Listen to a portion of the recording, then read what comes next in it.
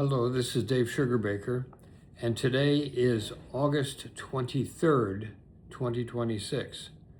And I'm going to talk today about the Loma Prieta earthquake. When the Son of Man comes in his glory and all the angels with him, then he will sit on the throne of his glory. All of the nations will be gathered before him, and he will separate people from one from another, as a shepherd separates the sheep from the goats.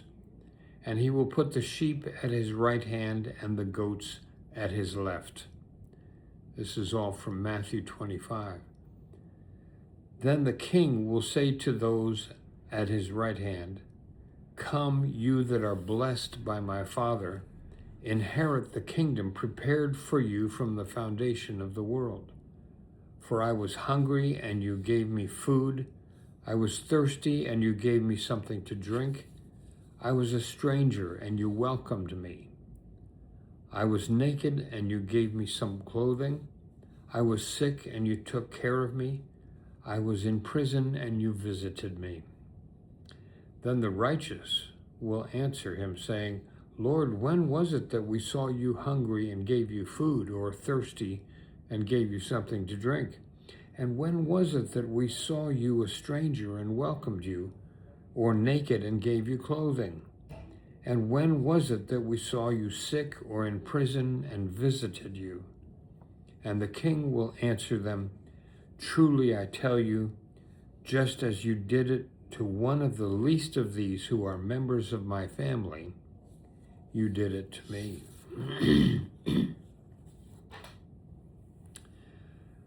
All of the news recently about earthquakes in Venezuela and Colombia and Indonesia has me thinking about my own experience with earthquakes. North Brae Community Church in Berkeley, California, where I served for 27 years, was about 300 feet from the Hayward Fault, which was a tributary of the San Andreas. The Hayward Fault ran through the East Bay, north to south, parallel to the San Andreas Fault, a little further to the west.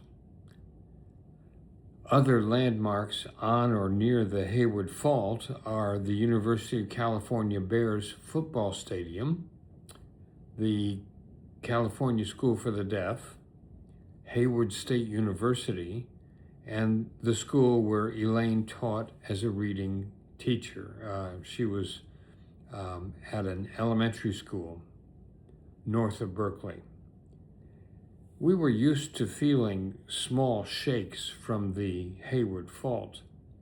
One Sunday, it was Easter Sunday at North Brae, and we were having an Easter breakfast. The meal was over, and our alto soloist was singing when a 3-point earthquake took place. Nobody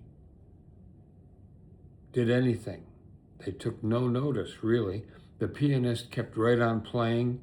The soloist never missed a note. I was really impressed because this was pretty early on when I was in California, and I was not as used to the quakes as everybody else was. I remember being awakened on my 23rd birthday by a 5-point quake. It was kind of an auspicious way to start the day. We all knew that anything over a 5-pointer was beginning to be a serious quake. On October 17th, 1989, 5:04 p.m., I was in my office at North Brae Community Church. I was working on my computer when things started to shake. My first impulse was, save your work, shut down your computer. So when I had done that, the shaking was still going on. So we'd all been told, in the event of an earthquake, stand in a doorway. If the building collapsed, the doorway would offer a little bit more protection. And so I stood up and tried to walk across my office to the door. But the floor was moving enough so that I couldn't walk. I was thrown to the floor, and I wound up crawling to the door. By the time I got to the door, the earthquake was over. I waited for a minute in the doorway, and then I went back to my computer, turned it back on, and went back to work. The lights didn't go out. The building didn't fall down. I called home, and Elaine told me that we had lost one American Indian vase that had fallen from our living room fireplace mantle. And that was it. Nothing in the neighborhood was destroyed or visibly damaged at all. And I thought, that's all that this was. I later learned that a piece of the upper deck of the Bay Bridge fell to the lower deck, and at least one person died when they drove into the gap that was created by the break in the bridge. In San Francisco, whole neighborhoods in the Marina District, built on sandy landfill, had collapsed, and there were fires burning in the area. And worst of all, more than a mile of an East Bay freeway. It was a double-decker elevated freeway, 5 lanes in each direction. That freeway, the elevated portion of it, had collapsed. It had pancaked. The Loma Prieta earthquake was a 7-pointer. It was called the World Series earthquake. The third game of the World Series between the Oakland A's and the San Francisco Giants was just about to start at Candlestick Park when the earthquake hit. Everybody in the Bay Area had gone home early to watch the game. Freeways that were usually packed at 5:04 p.m. were largely empty that afternoon. The freeway that collapsed like a stack of pancakes killed only 42 people. Had it been an ordinary commute day at 5:04 p.m., there would have been 4,000 deaths on that freeway. There was a collective sense of there, but for the grace of God go I. We all used that freeway that had collapsed. The freeway trapped people between 2 massive slabs of concrete. There were multiple simultaneous rescues going on over the next 24 to 36 hours along that 1.25 miles of collapsed freeway. As the crews cut frantically through the concrete, trying to get to the cars that had been crushed between the two decks of the elevated freeway, crowds gathered spontaneously. They prayed, they hoped, they supported the workers. They were witnesses to this tragedy. There were a few miracles. People freed from their crushed cars to resume life, but 42 people died in that collapsed freeway. Within the next week, I had 3 funerals for freeway victims. One was for a young woman who had come to the Bay Area from the Midwest to begin her career. She wasn't that familiar with this earthquake business, I'm sure. She had an apartment, she had roommates, she had the beginnings of a career in finance.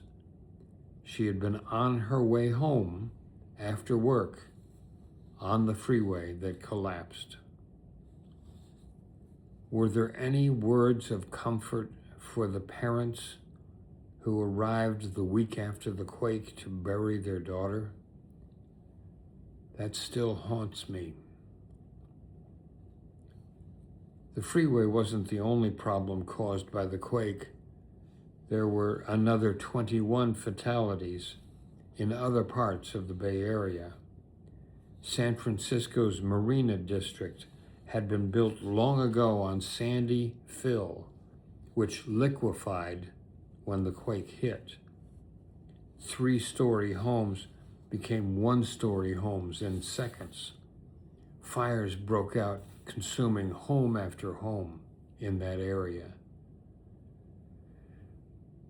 I feel for the people in Venezuela, in Colombia, and in Indonesia.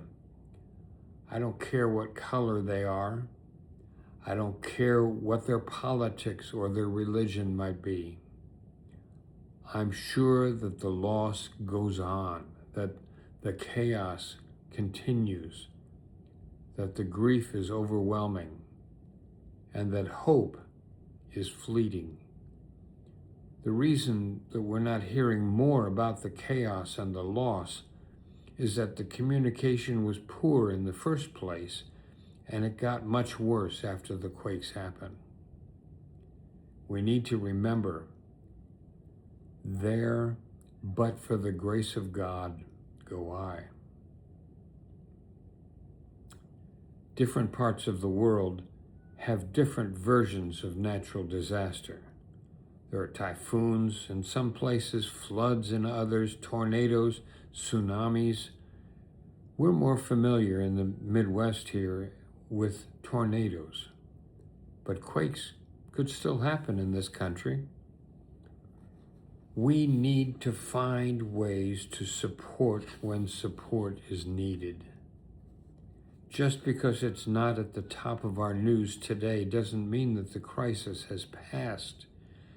With the communications web we live in today, we can find ways to support people who are lost and confused, who are suffering crippling grief and loss, even when they're half a world away. Do we use Church World Service or Oxfam or Presbyterian Disaster Services or the Red Cross or the Red Crescent even? Take your pick. But when these things happen, and they will continue to happen, we need to be ready to help.